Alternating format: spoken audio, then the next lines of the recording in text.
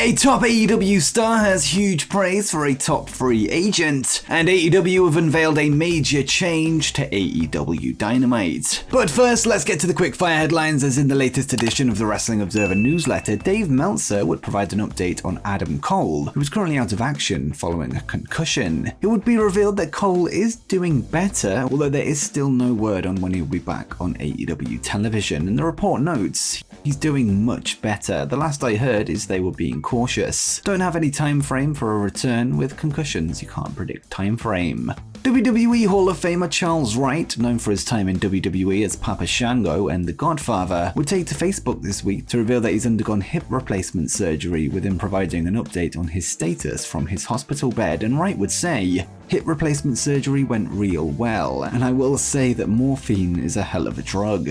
Impact Wrestling have announced that Matt Cardona will be in a match at the upcoming Hard to Kill pay-per-view on Friday, January 13th, with the announcement following talk of a possible WWE return for the former Zack Ryder. The Motor City Machine Guns will defend their Impact Tag Team titles in a four-way match against Heath and Rhino, Chris Bay and Ace Austin, as well as Cardona and Brian Myers, the major players. This could mean that were Matt to return to WWE in the new year, it wouldn't take place until late January at a minimum. According to Fightful Select, AEW's Jeff Jarrett and Jay Lethal are set to receive brand new music, with a remix of both men's songs having been produced by the company. There is no word on when the theme will be introduced, although the report appears to suggest that work has been complete, with it likely making its debut in the coming weeks. PW Insider's Mike Johnson would recently hold a Q&A where he would reveal that former NXT Tag Team Champions Pretty Deadly are in line for a series of main roster house shows to weigh up a possible call-up to Raw or SmackDown. This after recently losing their belts to the New Day, and Mike would reveal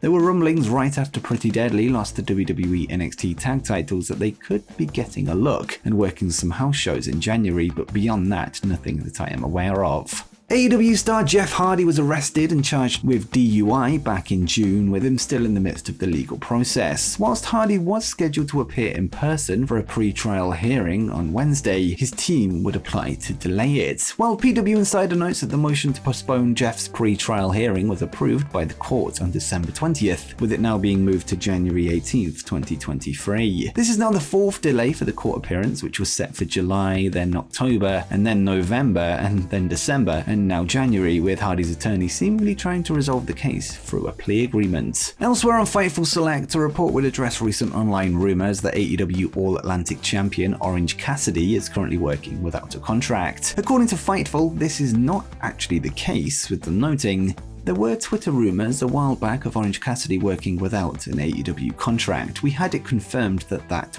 wasn't the case. Former WWE Universal Champion Kevin Owens would speak with Pete Rosenberg on the Cheap Heat podcast this week, where he discussed his current contract situation. After signing a new deal back in December 2021, Owens would reveal how long he has left on his current contract before revealing what he wants in the future, and he would say, "Now I have 2 more years left on my current contract. I don't see a reason why I wouldn't sign another one when it's done, because I don't feel like I'm anywhere near done, but who knows what could happen. At this stage of my career, I really want to have fun and make sure I'm putting out memorable stuff for people watching."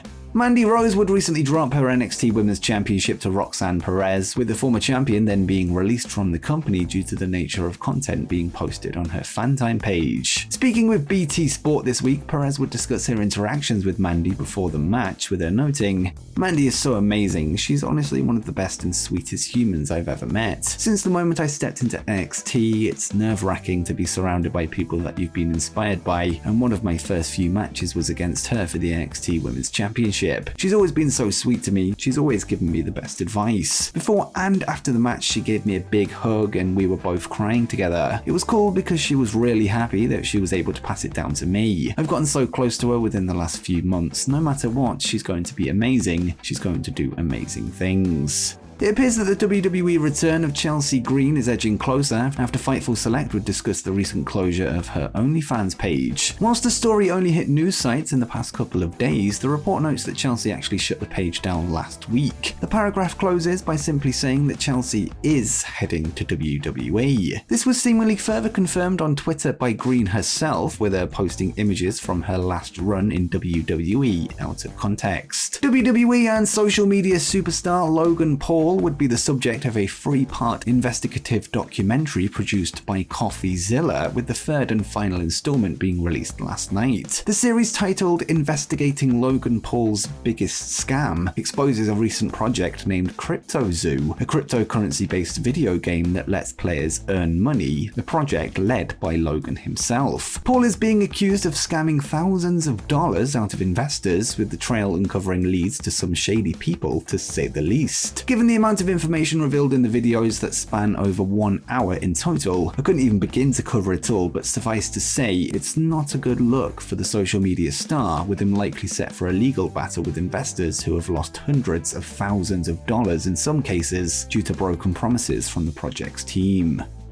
And next, a top AEW star has huge praise for a top free agent. AEW star Dax Harwood would appear on the Gentleman Villain podcast this week ahead of the launch of his own show named FTR with Dax Harwood, where he discussed current top free agent Sasha Banks, real name Mercedes Varnado. Ahead of Mercedes' expected New Japan Pro Wrestling debut at Wrestle Kingdom 17 in January, Dax would have huge praise for the sometimes divisive star and would say, "I feel that sometimes she gets a bad rep because of how passionate she is and how much she wants it. I know she wants it all, but she wants to work for it. That's the same with us. Like, I wanted everything in this business, but I want to work for it, and I want you to know that I'm going to work hard for you." And that's her, man. She knows what she deserves, and she knows what she's earned, and she's worked her ass off to get it. And if she doesn't get it, she feels slighted, and she has a reason to feel that way. Huge star, huge heart, beautiful human being, the greatest woman wrestler of all time. I think she's just incredible. Mercedes is said to be in Japan ahead of Wrestle Kingdom on January 4th in the Tokyo Dome, where they're expected to confront the winner of the IWGP Women's Championship match between Kairi and Tam Nakano. As for a potential reunion between former NXT stars FTR and Sasha Banks, whilst there are rumours that Mercedes will be Soraya's mystery partner on the January 11th episode of AEW Dynamite, no concrete reports have confirmed this to be true, despite her seemingly being the most obvious candidate. And before we get into our final story, if you haven't done so already, make sure you subscribe to the channel with notifications turned on to stay up to date with the latest wrestling news from across the pro wrestling world. And there's some non-news videos coming over the next few days that you won't want to miss. And next up, AEW have unveiled a major change to AEW Dynamite. News would recently break that All Elite Wrestling are set to revamp the look of their television presentation in the new year, beginning with the January 4th episode of Dynamite. Tony Khan would then confirm that a new set will be introduced with different looks for Rampage and Dynamite. Well, today AEW's Vice President of Post-Production, Kevin Sullivan, has unveiled some package elements that will be used as part of a new intro for AEW Dynamite, bringing a quote brand new identity to the show. And Sullivan would tweet, "We set out to create a brand new identity for AEW Dynamite with a comprehensive set of package elements. The team is thrilled to finally share our new, bold vision that will help create a new spirit for the show. This is what 9 months of work looks like in 15 seconds, to be continued. The synergy we have with the team at Warner Bros. Discovery is incredible. I also take a tremendous amount of pride and have so much respect for our internal graphics team and what they are always able to accomplish. It also goes without saying that Tony Khan's vision is boundless. #thank you. The new elements use a red and blue color scheme and a modern take on a retro neon vibe. Stars highlighted in the package include Britt Baker, Samoa Joe, the Young Bucks, Jade Cargill, Jamie Hayter, Jon Moxley, Tony Storm, FTR, Claudio Castagnoli, Wardlow, The Acclaimed, Saraya, Chris Jericho, Ricky Starks, the Lucha Brothers, and Pac. The AEW logo appears to have been tweaked slightly too, in favor of a cleaner look, whilst the gold has been removed, making it all white. There are some notable omissions from the preview, including MJF, Darby Allin, and Hangman Page, although it's worth noting that this appears to be a preview rather than the final product. Fans now await to see the new Dynamite and Rampage sets and how the new aesthetic will look across the board, but early signs show a fresh new direction heading into 2023. But what do you make of the new look for AEW Dynamite thus far? Let me know in the comments down below. Oh, and Merry Christmas. And before you go, make sure you check out 10 upcoming wrestling free agents that you need to know.